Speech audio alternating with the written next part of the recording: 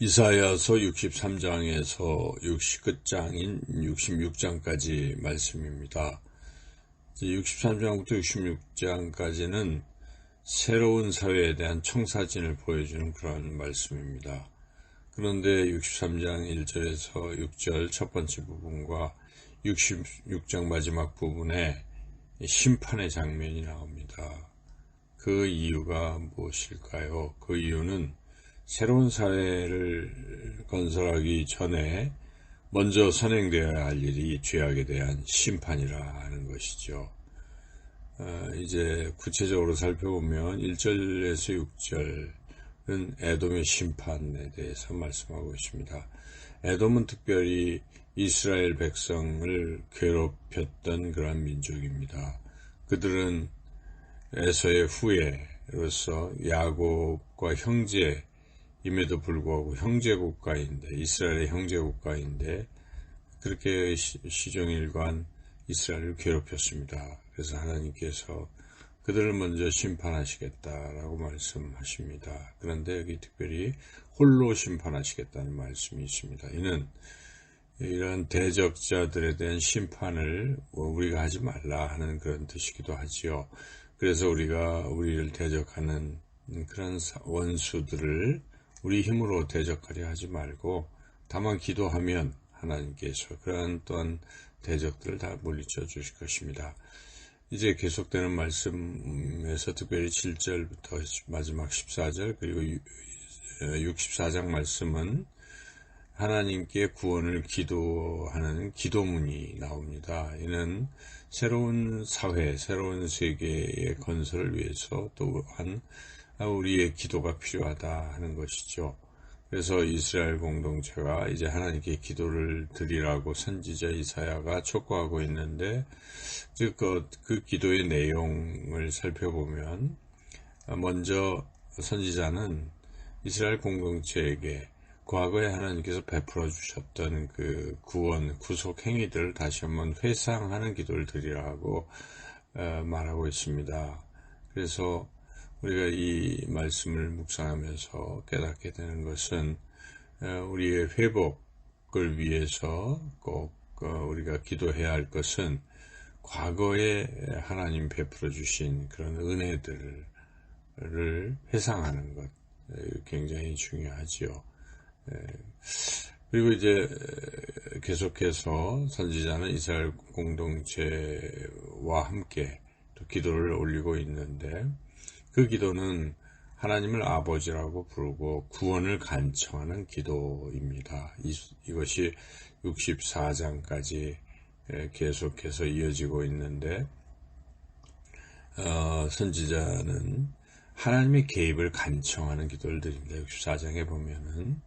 그래서 앞서서는 자신의 어려운 형편을 아뢰고 하나님을 아버지요 구속자라 부르고 자신들에게 돌아오기를 간청했는데, 이제 계속해서 64장에서 이사야는 하나님께서 하늘을 찢고 이 땅에 강림해 주셔서 원수들을 심판해 달라고 기도를 시작합니다.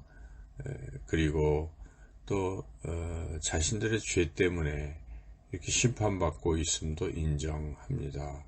그리고 그 이스라엘의 죄악을 용서해 달라고 기도하지요. 그리고 자신들의 처지를 다시 호소하고 하나님의 개입을 간구하는 그런 기도를 드립니다.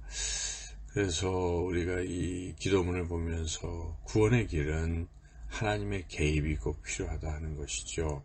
하나님의 개입만이 우리가 회복되고 구원받는 길입니다. 그러므로 우리는 어떤 절망적 상황에 놓여있을지라도 하나님의 개입하심을 간절히 기도해야 합니다.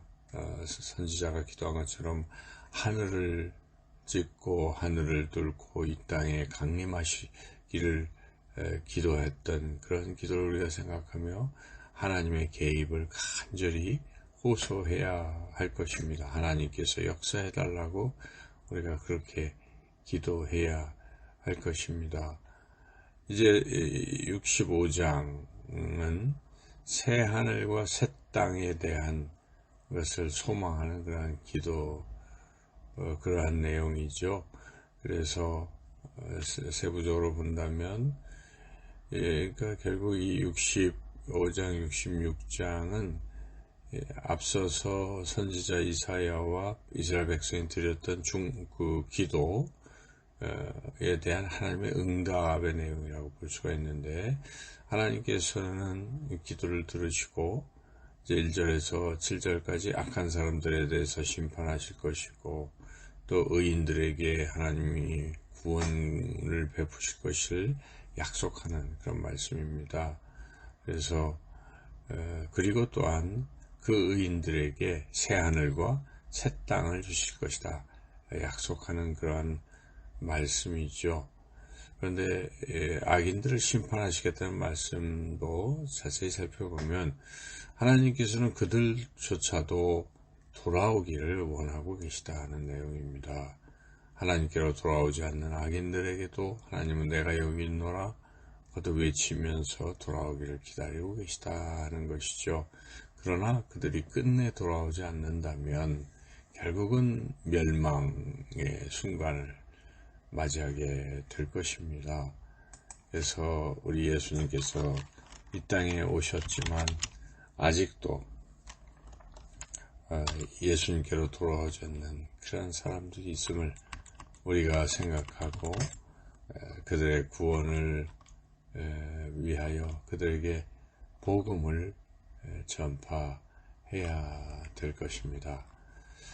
그리고 하나님께로 돌아오고 하나님만 섬기며 하나님만 의지하는 사람들에게는 새하늘 새 땅이 주어질 것인데, 그 새하늘 새 땅에는 더 이상 억울함도 없고 눈물도 슬픔도 없고 오직 평화와 영원한 기쁨과 즐거움만이 있을 것입니다. 그러므로 우리는 이 땅에서 잠깐 또 겪는 이러한 어려움들이 있다면 그러한 어려움 가운데서도 미래에 대한 새하늘 새 땅에 대한 소망을 가지고 그렇게 그런 어려움들을 우리가 이겨내야 할 것입니다.